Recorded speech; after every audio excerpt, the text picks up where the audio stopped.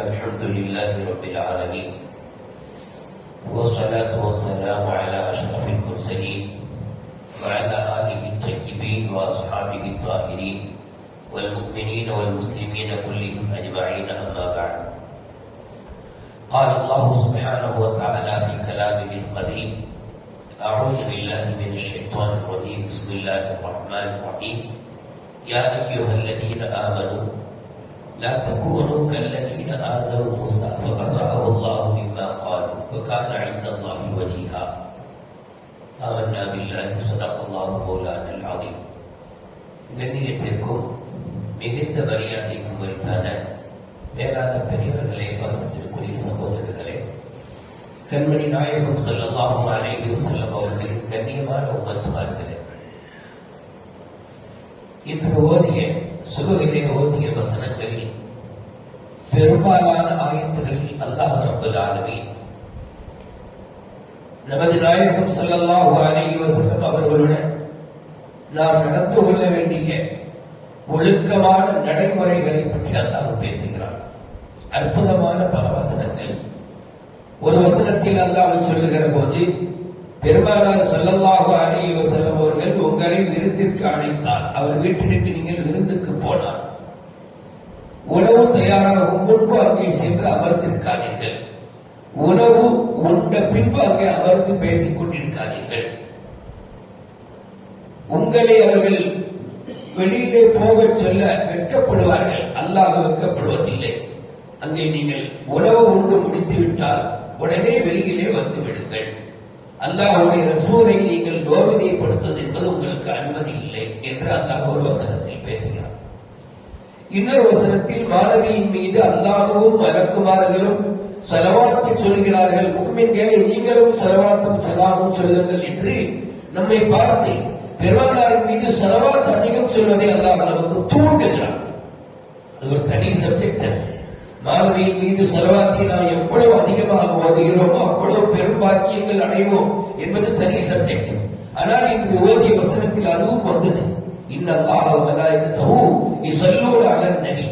நிச்சயமாக அல்லாஹ்வும் அவனது அமரர்களும் மலக்குகளும் மாணவியின் மீது ஸலவாத்தை சொல்கிறார்கள். முஃமின்களே நீங்களும் அல்லாஹ்வுடைய ரசூலின் மீது ஸலவாத்தும் ஸலாமும் சொல்லுங்கள் என்று அல்லாஹ் ஒரு வசனத்தில் தோன்றுகிறார். அடுத்த வசனத்தில் அல்லாஹ் தோன்றி சொல்லுகிற போது, யார் ரசூலுக்கு நோவினை தருவார்களோ, முஃமினானவர்களுக்கு நோவினை தருவார்களோ அவர்களுக்கு கடுமையான வேதனை உண்டு என்று அல்லாஹ் எச்சரிக்கிறார். அப்படியே பேசிக்கொண்டே வருகின்ற அல்லாஹ் பின்பக்கத்தில், முஃமின்களே நீங்கள் இப்படி ஆகிவிடாதீர்கள் என்று நம்மை பார்த்து பேசுகிறார். எப்படி ஆகிவிடாதீர்கள்? மூசா நபி அலைஹிஸ்ஸலாம் அவர்களின் சமுதாயம் நோவினைப்படுத்தியது போல் நீங்கள் நபியை நோவினைப்படுத்தாதீர்கள் என்று அல்லாஹ் சொல்கிறார். இந்த ஆயத்தினுடைய பின்னணி என்ன என்பதை நாம் தஃசீரிலே விளக்க உரைகளில் பார்க்கிற போது, ஒருமுறை நமக்கு உயிருக்கு உயிரான உயிரினும் மேலான கண்மணி நபிகள் நாயகம் ஸல்லல்லாஹு அலைஹி வஸல்லம் அவர்கள் ஒரு கனிமத் பொருள், போரிலே கிடைத்த தளவாடங்கள், பொருள்கள், இவைகளை பங்கு பிரித்துக் கொண்டிருக்கிறார். பெருமானார் ஸல்லல்லாஹு அலைஹி வஸல்லம் அந்த பங்கு என்பது எவ்வளவு நீதமாக இருக்கும் என்பது நமக்கே தெரிந்த விஷயம். மாணவியருடைய வாழ்க்கையில் நீதத்திற்கு புறம்பான எதுவும் நடந்ததில்லை. பங்கு பிரித்துக் கொண்டிருக்கிற போது ஒரு மனிதர், அவர் ஒரு கிராமவாசி, அவருக்கு மாணவியருடைய மரியாதைகள் தெரியாது. அவர் எழுந்து நின்று இன்னும் சொல்லிட்டார், எழுதில் யா முஹம்மது, முஹம்மதே நீதமாக நீங்கள் பங்கெடுங்கள் என்று நின்ற வாக்கில் சொல்லிவிட்டு அவர் போய்விட்டார்.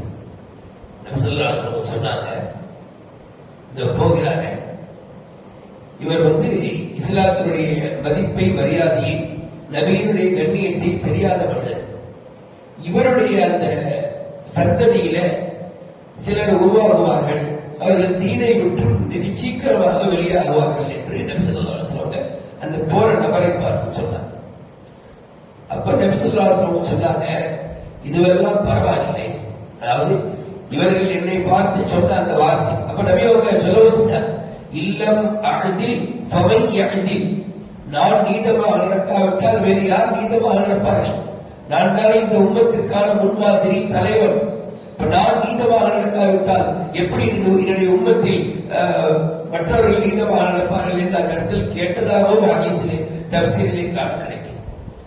அப்ப ஹஜ்ரத் ரசூல் ஸல்லல்லாஹு அலைஹி வஸல்லம் சொன்னாங்க, நான் பரவாயில்லை, ஆனால் மூசா அலைஹிஸ்ஸலாம் அவர்கள் இதை விட அதிகமாக நோவினைப்படுத்தப்பட்டார்கள் அப்படின்னு சொன்ன போது அல்லாஹ் இந்த ஆயத்தை இறக்குறான். யா அய்யுஹல்லதீன ஆமனூ லா தகூனூ கல்லதீன ஆதவ மூசா. மூசா நபி அவருடைய சமுதாயம் நோவினைப்படுத்தியது போல நீங்கள் இந்த நபியுடன் நடந்து கொள்ளாதீர்கள் நபியுடன் என்று அல்லாஹ் சொன்னார். அவங்க என்ன நோவினைப்படுத்தினாங்க? மூசா அலைஹிஸ்ஸலாம் காலத்துல அவர்கள் அங்கே ஒரு ஆற்றிலே குளிப்பார்கள். அந்த ஊர் மக்களுடைய பழக்கம் ஆற்றிலே குளிக்கிற போது ஆடையிட்டு குளிப்பார்கள். மூசா அலைஹிஸ்ஸலாம் அவர்கள் மாத்திரம் கொஞ்சம் தனியாக சென்று இந்த மக்களோடு கலந்து நின்று குளிக்காமல் கொஞ்சம் தூரத்திலே சென்று ஒரு பாறையின் மீது தன்னுடைய ஆடையை கலட்டி வைத்து விட்டு உள்ளே குளித்து விட்டு அப்படியே வெளியில் வரும்போது ஆடையுடன் வருவார்கள். அப்படி அவங்க குளிச்சுக்கிட்டு இருந்தாங்க தன்னந்தனியா. இந்த பனி இஸ்ராயேல் இருக்காங்க, இவங்க ஏற்கனவே அந்த யூதர்கள் தான், வேற யாரும் இல்லை. அவங்களுக்கு என்னன்னா ஏன் இவர் தனியா குளிக்கிறார், ஏன் இவர் தனியா குளிக்கிறார் சொல்லி அவங்களுக்குள்ள பேசி பேசி பேசி இவருக்கு ஏதோ ஒரு வியாதி இருக்குது, அந்த வீக்கம் இருக்குதுன்னு சொல்லி பேசினார். அவருடைய பிறப்புறுப்பிலே ஏதோ வீக்கம் இருக்கிறது என்று சொல்லி பேசிவிட்டார். பேசினா அவங்களுக்கு தான் தெரியுமே ஒரு செய்தி எவ்வளவு வேகமாக பரவும் என்று. அப்படியே பரவிச்சு எல்லா பகுதியில் எங்க பார்த்தாலும் மூசா அலைஹிஸ்ஸலாம் போகும்போதெல்லாம் இப்படி இருக்காங்கன்னு சொல்லி பேசுறாங்க. ஒரு நபி அல்லாஹ்விடத்தில் பேசிய நபி எந்த நபிக்கும் கிடைக்காத, ரசூல் ஸல்லல்லாஹு அலைஹி வஸல்லம் தவிர்த்து வேற எந்த நபிக்கும் கிடைக்காத ஒரு பாக்கியம் அல்லாஹ்வோடு பேசுகின்ற ஒரு வாய்ப்பு மூசா அலைஹிஸ்ஸலாம் அடிக்கடி பேசியிருக்கிறாங்க. தூர்சினா மலையில் நின்று அல்லாஹ்விடத்தில் பேசியிருக்கிறார்கள். அப்படி பாக்கியம் பெற்ற நபி. அந்த நபியை நோவினைப்படுத்தும் போது எவ்வளவு வருத்தமா இருக்கு, அதையெல்லாம் தாங்கிக் கொண்டே போனார்கள். ஆனால் படைத்த ரப்புல் ஆலமீனுக்கு அது தாங்க முடியல. தன்னுடைய நபியை இப்படி இந்த மக்கள் நோவினைப்படுத்துறார்களே என்று சொல்லி அல்லாஹ் என்ன செஞ்சான், இந்த மூசா அலைஹிஸ்ஸலாமுடைய அந்த ஒரு ஆரோக்கியமான ஒரு நிலையை நாம் அந்த மக்களுக்கு உணர்த்தணும் என்பதற்காக ஒரு நாள் அவர்கள் குளிக்கிற போது கல்லிலே எப்போதும் போல